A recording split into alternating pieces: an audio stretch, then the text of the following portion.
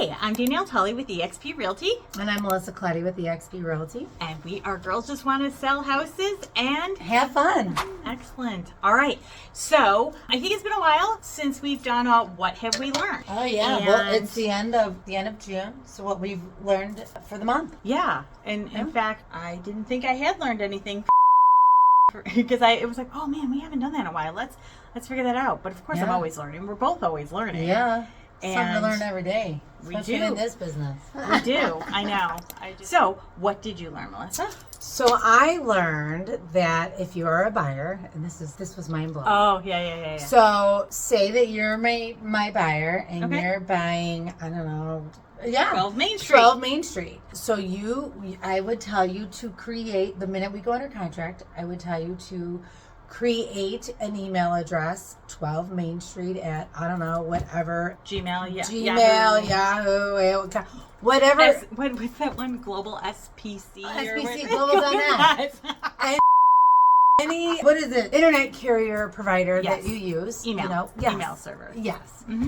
So what you would do is Danielle goes under I got Danielle under contract at 12 Main Street. Yay. She creates, the minute she's under contract, she creates an email address for her new home that she's purchasing. So what she will put in there is she will put all of her attorney correspondence, all her inspection information, all her, I don't know, you could put correspondence for me in there if you want. But anyway, and you keep that email open for the course of however you own the home. And anytime you have a repairman out there to service the HVAC or the air conditioning or a painter that comes in or you run to the store and buy paint, because let's face it, everyone asks you, do you have an email with us? And so you give them that 12 Main Street email. So when you go to finally sell, I like that paint one because I wonder if your receipt would have the paint color. Oh, it does. Oh, that's super cool. Yeah. So you would keep it all in this email address. So when you do go to finally sell and someone, because let's face it, when you represent a buyer, they always have, you think you've heard it all, but you haven't. But they ask you the strangest questions. Do you have manuals? You could store all your manuals in there, your receipts for new appliances that you buy, anything and everything house related, garage door opener, the decking company you used to build a deck, the pool company that installed, all those things. And if you're anything like me, I feel like everything is equally 2 years ago and 3 months ago. Yeah. What time? When did you do that? Right, and then also when you go to buy. No, it was 4 years ago. Right. Oh, okay, cool. Thanks. So when you go to buy, you have all the information, and it's really, or when you go to sell, you have all that information in one email address. And when your agent asks you when you're selling now, can you provide me a list of all your recent updates and whatnot? So when the appraiser comes, I absolutely now know that on January 2025, I got a new water heater. Yeah. And in September of 26, I have a new roof. Yeah. And see, but you could pull it all out of your email. Nice. And to take it, I just lost my train of thought. I'm so sorry. No, you're fine. It comes in handy, so that's good. So yeah, I learned that this month. I think it's brilliant and genius. Oh, that's what I was gonna say. So well, anyways, I think it's genius and brilliant, and I am going to start doing that right now. I'm a little late to the party because I've already owned my house, been there at my house for almost 14 years, but I base all of the when I got this or that done is because sometimes I post it on Facebook or I take pictures of it in my phone, and I have an iPhone, so I don't know if Troy does this, but it brings up your memories for the day every day in Time Shop. She has love-hate.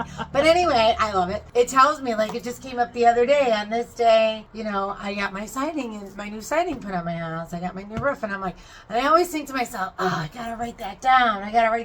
Right? You don't have to. Well, now I don't have to. So I learned that, and I think it's brilliant. But the only thing I would like to caution is that it's great sending the emails. Yes. But you have to remember to log in. Oh, yeah. And check them every once in a while. Because I did do that when, I guess, email wasn't new to me, but it was different. And I did that with my son when he was born, and I didn't log in did for a that. while. With all you this, like, and I lost it. So, With that being said, most major providers, you just have to log in like once a year, once every 2 years. I would probably just do once every year, just to be careful, because you don't want to assume it's 2 and lose everything. But that is that is especially, oh my God, the amount of emails that go through, or when you're buying. Oh my God, that's a wasp. It sure is. Sorry. So the amount of emails that go through when you're buying and stuff and asking questions and giving you information, you're like, excellent, I remember that. But as it turns out, it's all a blur because there is so much. That is very handy. So it is. You can save your radon in there, your radon report, your inspection report, and another tidbit of information. When you are at your closing and you get a big little bundle packet, you get like oh my gosh, that thing is huge. I'm sorry.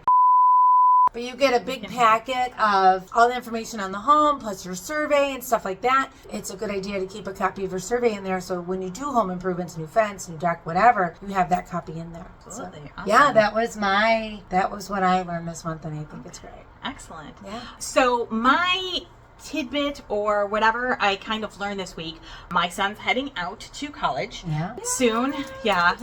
Bittersweet.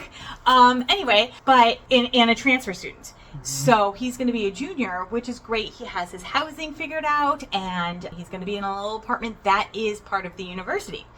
What I found out is that the university, that is the latest they'll let transfer go. So junior. So basically no senior. There is 0 housing for seniors. So like if we were seniors, we couldn't even go get like our own apartment or last year or whatever? Well, you can get an apartment, but it won't be any type of, it won't be a dorm. It won't be student apartments. It is 100% on your own, which got me thinking about investment opportunities, because that's always where I'm looking. Real estate state of mind. Yes. So, I was thinking that might be, of course, college students are not perfect. They don't seem to be statistically as rowdy as maybe when I was in college or other people were in college. Are you saying that we were rowdy? Oh, I know I was. I'm a lot younger than you. Sure you are. So, I can understand that, but that is a great opportunity for investment, because there are a lot of schools. So that his particular school has grad students, so it doesn't always have to be undergrad. But it is one of those things that I started looking into that area and a couple other areas that are not necessarily 100% school, university towns, but there are a lot of investment opportunities in university towns. Yeah, and you can still, have some sort of stability, because I'll tell you what, several years ago, I represented some college students for a rental, and the landlords were extremely excited about the opportunity because their parents co-signed for all of them. So it wasn't a bunch of college students going, yeah, let us in. I mean, there was some opportunities. Well, that sounds like a great opportunity. Yes. So are we going to go on a road trip to start looking? There you go. Absolutely. So that was kind of my tidbit. My tidbit is, if you're looking for, an out-of-the-box opportunity, and again, there are some, one of the houses I was looking at was closer to the university than my son's university apartment. It was a house, a single family house. It was a ranch, so there's no like stairs and things like that. There was a basement, but it was under $200. Wow. And doing some quick math and what students pay and all that other stuff. Yeah. It was, the return was already kind of in there. Sweet. And it even had opportunity to potentially have another room in there. Okay. So it was one of those things. Better. Yeah. So it was one of those things that I've always been thinking about it. How do I save some money? And again, he was happy to have this apartment experience, but now and then my other 2 kids are getting close to college too. I know, right? They'll be 2 years behind, or each of them are 2 years behind each other. Yeah. So maybe so I'm already looking at opportunities of, if they go to the same place, my kids could be in there, or if they go to different places, I can hold it or sell it again, because there's always going to be people who are looking for housing in that area, and that's kind of it. Even on a downturn, right? There's still going to be a need for housing in a university area. Well, that's a good thing to have learned. I mean, I wouldn't have thought of that. That was kind of my, again, I went to a really small university and there was room for everybody. I lived in a sorority house, but, it was one of those things that it was just, it was out there. But, so for this, it was 2 good facts for the month.